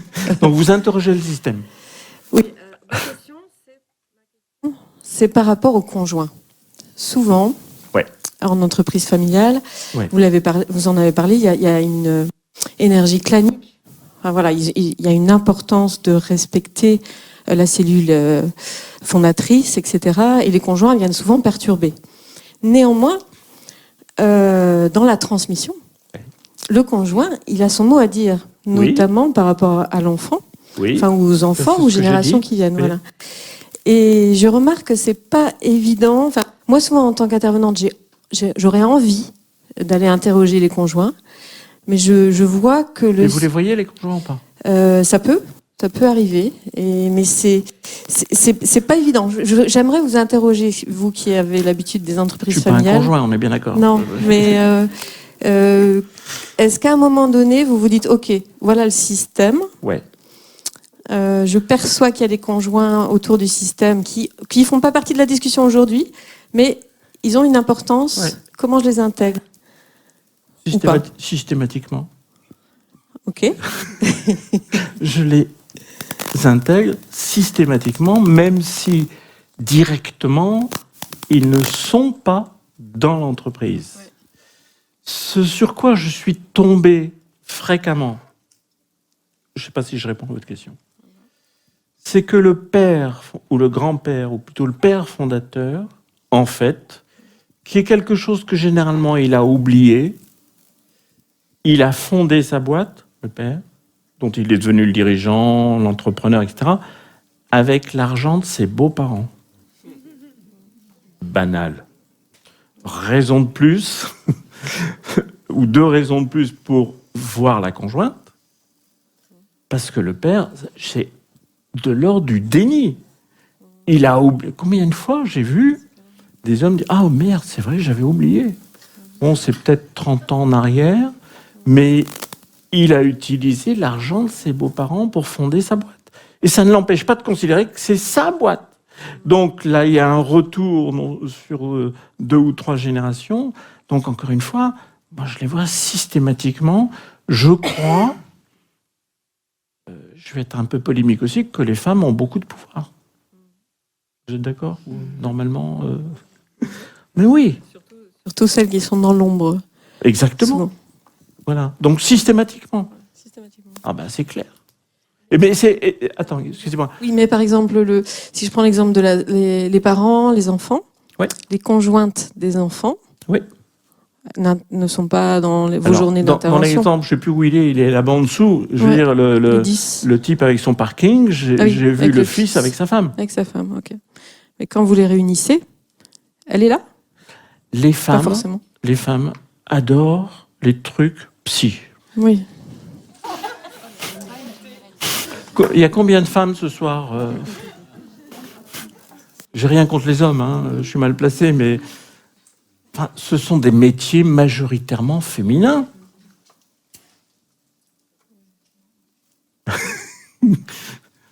Non, mais tout ça pour dire que ça va vite si les questions leur demandaient de venir. Elles viennent.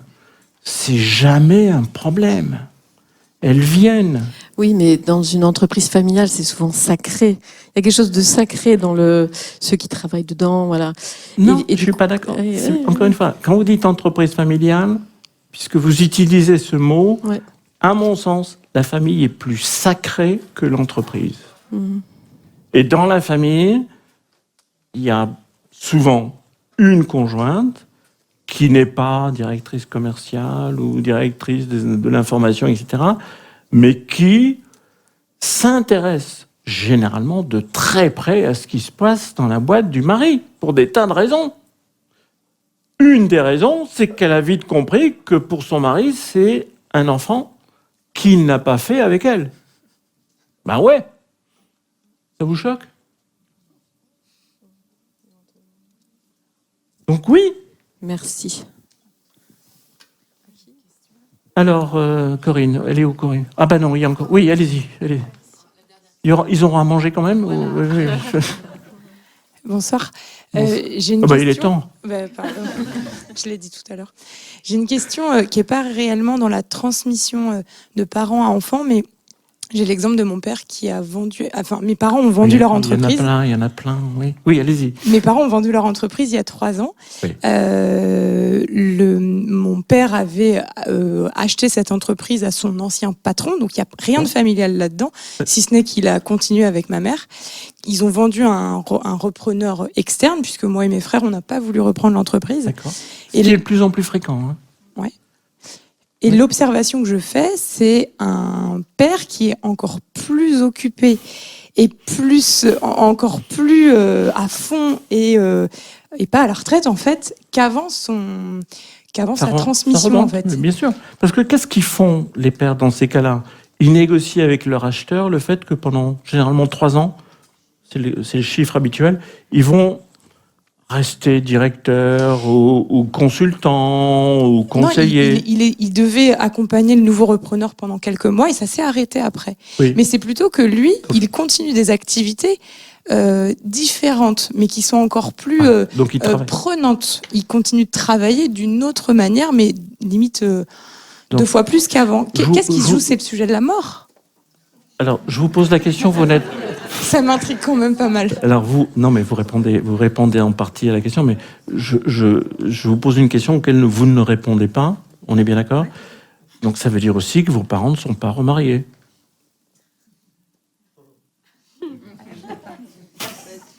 Je vais la digérer cette nuit.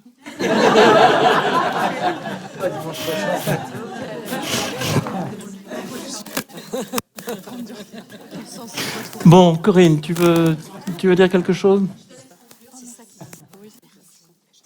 On fait comme on a dit, non? Non, tu connais mon autre conclusion qui est surtout ne changez rien. Ça, c'est pour vous. Ok, merci.